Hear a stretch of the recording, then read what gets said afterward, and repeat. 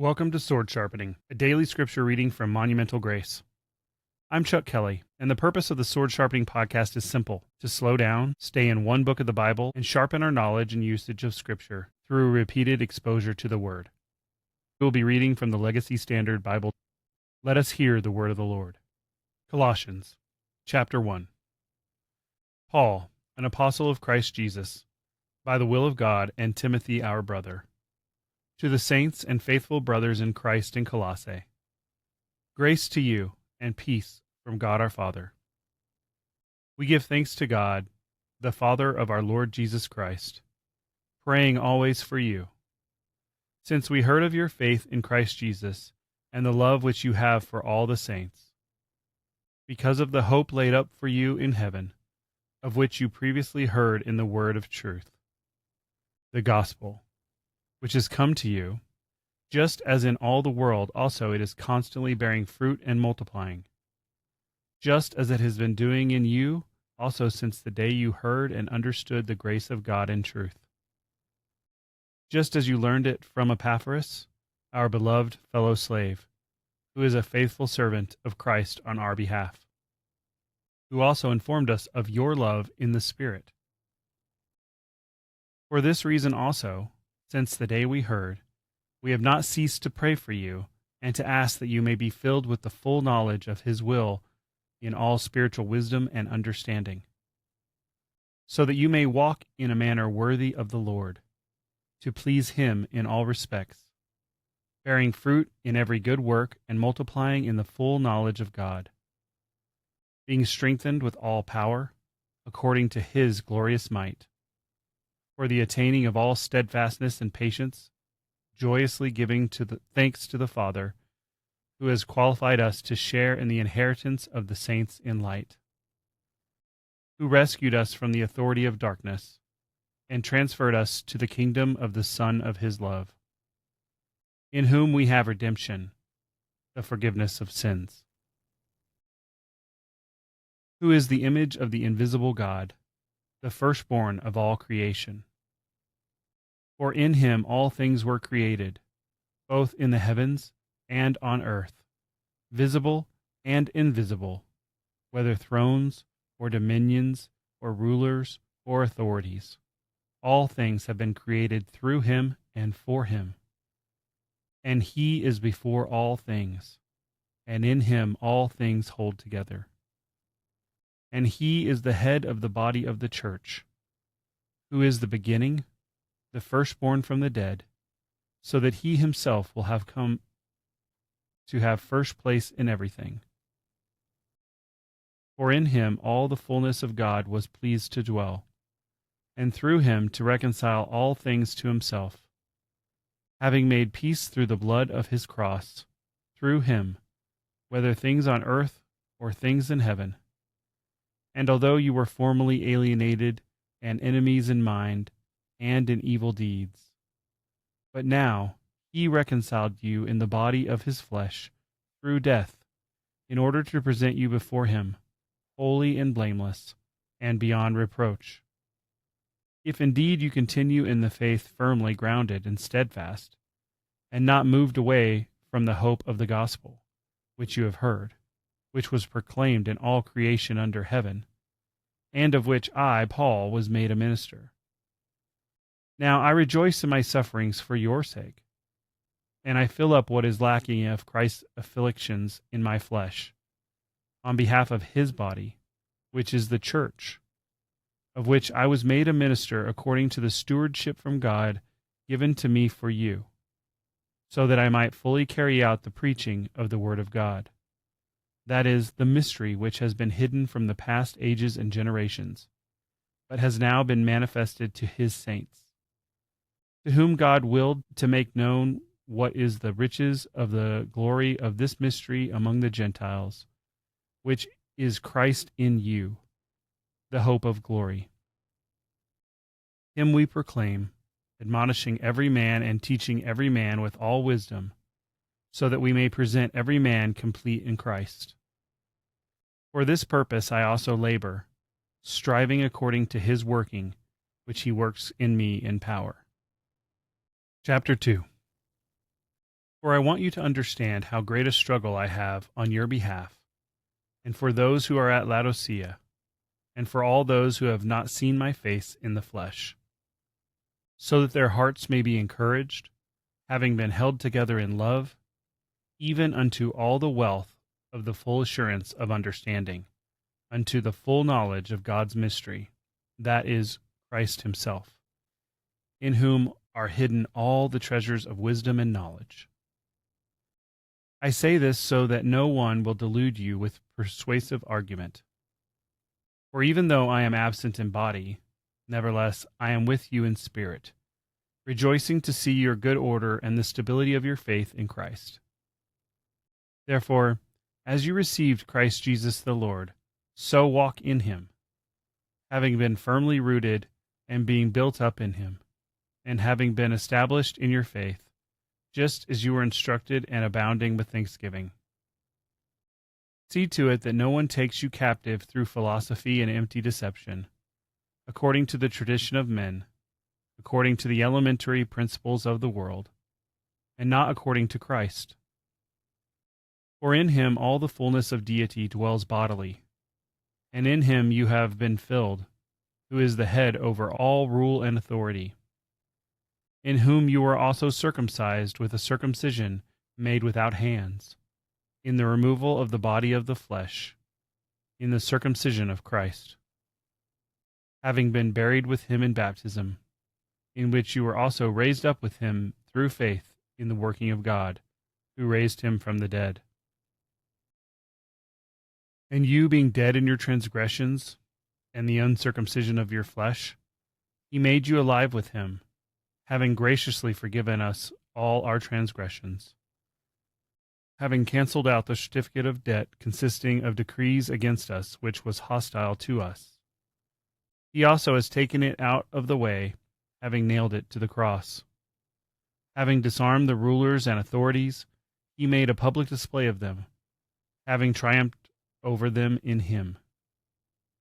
Therefore no one is to judge you in food and drink, or in respect to a festival, or a new moon, or a Sabbath day, things which are only a shadow of what is to come, but the substance belongs to Christ. Let no one keep defrauding you of your prize by delighting in self-abasement and the worship of the angels, going into detail about visions he has seen, being puffed up for nothing by his fleshly mind, and not holding fast to the head, from whom the entire body, being supplied and held together by the joints and ligaments, grows with a growth that is from God. If you have died with Christ to the elementary principles of the world, why, as if you were living in the world, do you submit yourself to decrees? Do not handle, nor taste, nor touch, which deal with everything destined to perish with use, which are in accordance with the commands and teachings of men, which are matters having, to be sure, a word of wisdom in self-made religion and self-abasement, and severe treatment of the body, but are of no value against fleshly indulgence. Chapter 3. Therefore, if you have been raised up with Christ, keep seeking the things above, where Christ is, seated at the right hand of God. Set your mind on the things above, not on the things that are on earth. For you died, and your life has been hidden with Christ in God. When Christ, who is our life, is manifested, then you also will be manifested with him in glory. Therefore, consider the members of your earthly body as dead to sexual immorality, impurity, passion, evil desire, and greed, which is idolatry. On account of these things, the wrath of God is coming upon the sons of disobedience. And in them you also once walked, when you were living in them. But now you also lay them all aside: wrath, anger, malice, slander, and abusive speech from your mouth. Do not lie to one another, since you put off the old man with its evil practices, and have put on the new man, who is being renewed to a full knowledge according to the image of the one who created him. A renewal in which there is no distinction between Greek and Jew, circumcised and uncircumcised, barbarian, Scythian, slave and free man, but Christ is all and in all. So as the elect of God, holy and beloved, put on a heart of compassion, kindness, humility, gentleness, and patience, bearing with one another and graciously forgiving each other. Whoever has a complaint against anyone, just as the Lord graciously forgave you, so also should you. Above all these things put on love, which is the perfect bond of unity. And let the peace of Christ rule in your hearts, to which indeed you were called in one body, and be thankful. Let the word of Christ dwell in you richly, with all wisdom, teaching and admonishing one another with psalms and hymns and spiritual songs, singing with gratefulness in your hearts to God. And whatever you do in word or deed, do all in the name of the Lord Jesus, giving thanks to God the Father through him. Wives, be subject to your husbands, as in fitting in the Lord. Husbands, love your wives and do not be embittered against them. Children, obey your parents in all things, for this is pleasing to the Lord. Fathers, do not exacerbate your children, so that they will not lose heart. Slaves, in all things obey those who are your masters, according to the flesh, not with eye service as men pleasers, but with integrity of heart, fearing the Lord. Whatever you do, do your work heartily, as for the Lord rather than for men, knowing that from the Lord you will receive the reward of the inheritance. Serve the Lord Jesus Christ. For he who does wrong will receive the consequences of the wrong which he has done, and that without partiality. Chapter 4. Masters, show to your slaves what is right and fair, knowing that you too have a master in heaven. Devote yourselves to prayer, being watchful in it with thanksgiving, praying all the time for us as well, that God will open up to us a door for the word, so that we may speak the mystery of Christ, for which I have also been bound, that I may make it manifest in the way I ought to speak. Walk in wisdom toward outsiders, redeeming the time. Let your words always be with grace, seasoned with salt, so that you will know how you should answer each person. Tychicus, our beloved brother and faithful servant and fellow slave in the Lord, will make known to you all my affairs, whom I have sent to you for this very purpose, that you may know about our circumstances, and that he may encourage your hearts. And with him Onesimus, our faithful and beloved brother, who is one of you. They will inform you about the whole situation here. Aristarchus, my fellow prisoner, sends you his greetings, and also Mark, the cousin of Barnabas, about whom you received instructions. If he comes to you, welcome him. And also Jesus, who is called Justus.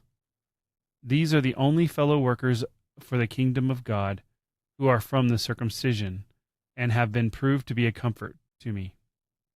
Epaphras, who is one of your number, a slave of Christ Jesus, sends you his greetings, always striving for you in his prayers, that you may stand complete and fully assured in all the will of God. For I testify for him that he has a deep concern for you and for those who are in Laodicea and Hierapolis. Luke, the beloved physician, sends you his greetings, and also Demas. Greet the brothers who are in Laodicea, and also Nympha, and the church that is in her house. And when this letter is read among you, have it also read in the church of the Laodiceans. And you, for your part, read my letter that is coming from Laodicea. And say to Archippus, take heed for the ministry which you have received in the Lord, that you may fulfill it. The greeting is in my own hand, Paul. Remember my chains. Grace be with you. You have been listening to Sword Sharpening from Monumental Grace. Continue in the Word today. Read it carefully. Meditate on it prayerfully. Return to it repeatedly. Hide it in your heart, and remain watchful in your walk with Christ. As Paul writes in his second letter to Timothy, all Scripture is God-breathed and profitable for teaching, for reproof, for correction, for training in righteousness, so that the man of God may be equipped, having been thoroughly equipped for every good work. If this daily Scripture podcast has encouraged you, share it with someone who needs more of God's Word in their life. May the Word of Christ dwell within you richly. Until tomorrow, put on the full armor of God, stand firm in the faith, and keep your sword sharp.